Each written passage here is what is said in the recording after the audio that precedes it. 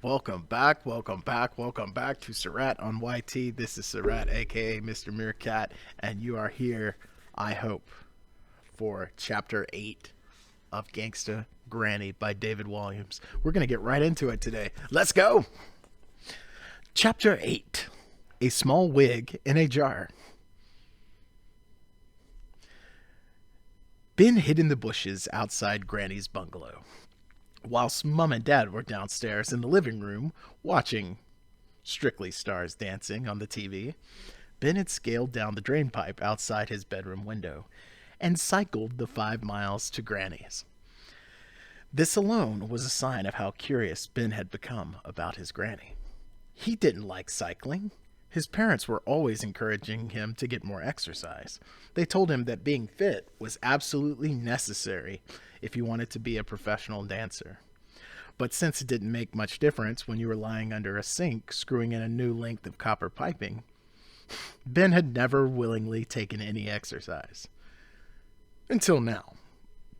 If Granny was really going out for the first time in 20 years, Ben had to know where. It might just hold the key to how she came to have a ton of diamonds in her biscuit tin. So he huffed and puffed along the canal towpath on his clunky old bike until he came to Gray Clothes. The only good thing was that, being November, instead of being drenched in sweat, Ben was only mildly moist. He had pedaled fast because he knew he didn't have much time. Strictly Stars Dancing seemed to go on for hours, days even, but it had taken Ben half an hour to cycle over to Granny's.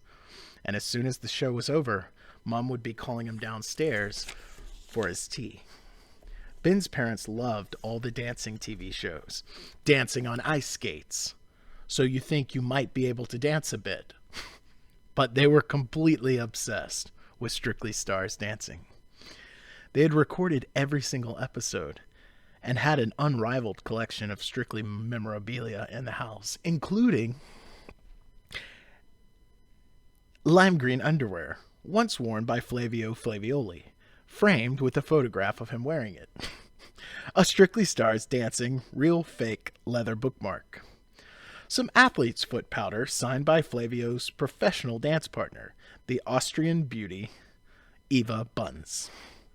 His and hers official Strictly Stars Dancing leg warmers. A CD of nearly used songs on the show. A small wig in a jar that had been worn by the presenter Sir Dirk Dottery. A life-size cardboard cutout of Flavio Flavioli that had some of Mom's lipstick smudged around the mouth. Some earwax in a jar that belonged to a celebrity contestant, the politician Dame Rachel Prejudice MP. A pair of tan tights that smelled of Eva Buns. A doodle of a napkin of a man's bottom drawn by the nasty judge Craig Malteser Woodward. A set of official Strictly Stars Dancing egg cups. A half-full tube of Raxjex used by Flavio Flavioli. A Craig Malteser Woodward posable action figure. A Hawaiian hot pizza crust that had been left by Flavio, complete with a signed letter of authenticity from Eva Buns. It was a Saturday, so after the show had finished, the family were going to be having cheesy beans and sausage. Neither Mom nor Dad could cook, but all of the ready-made meals Ben's mom took out of the freezer, pricked with a fork and placed in the microwave for 3 minutes, this was his favorite. Ben was hungry and didn't want to miss it, which meant he needed to get back from Granny's house quickly. If it had been a Monday night, say, and they were having chicken tikka lasagna, or a Wednesday and doner kebab pizza, or a Sunday and Yorkshire pudding chow mein, the supermarket chain where Ben's dad worked liked to bring the cuisine of 2 countries together in one easily microwavable pack. By combining dishes from different countries, perhaps they would be able to bring peace to a deeply divided world. Or maybe not.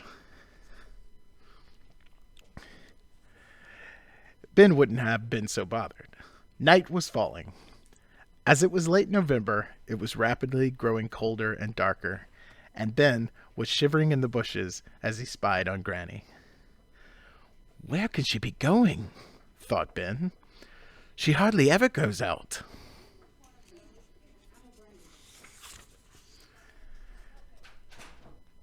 saw a shadow move in her bungalow. Then her face appeared at the window, and Ben quickly shot out of view. The bushes rustled. Shh, thought Ben. Had the old lady seen him? After a few moments, the front door opened slowly, and out stepped a figure dressed entirely in black. A black jumper, black leggings, black gloves, black socks, probably even a black bra and knickers. A black balaclava disguised the face, but from the stoop, Ben knew it was Granny. She looked like someone from one of the covers of the book she loved reading.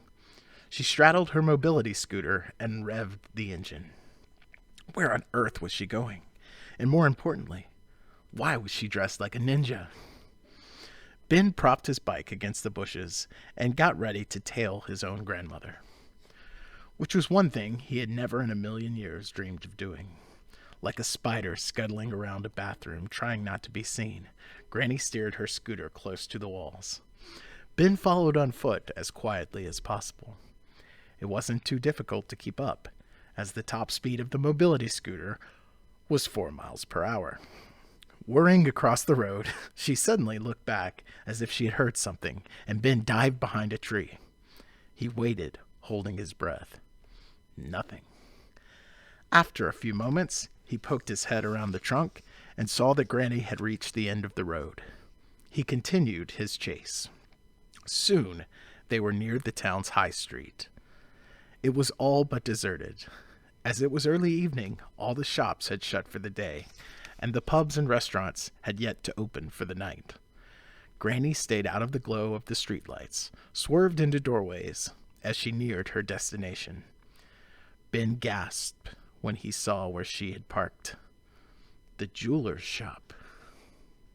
Necklaces and rings and watches sparkled in the window. Ben couldn't believe his eyes as Granny took out a tin of cabbage soup from the scooter's basket. She glanced around theatrically, then pulled her arm in readiness to smash the tin through the jeweler's shop window.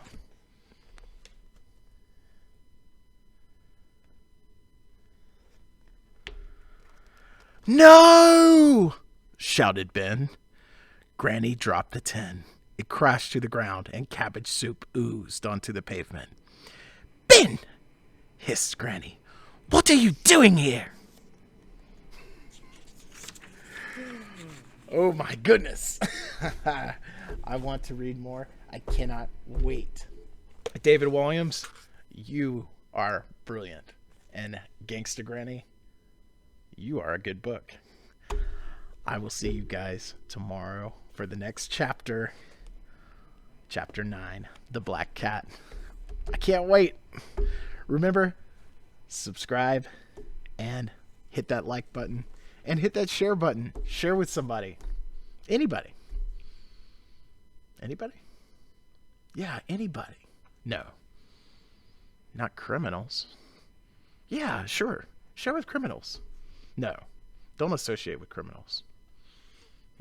Let me think on this. Granny might be a criminal. See you guys next time. Bye!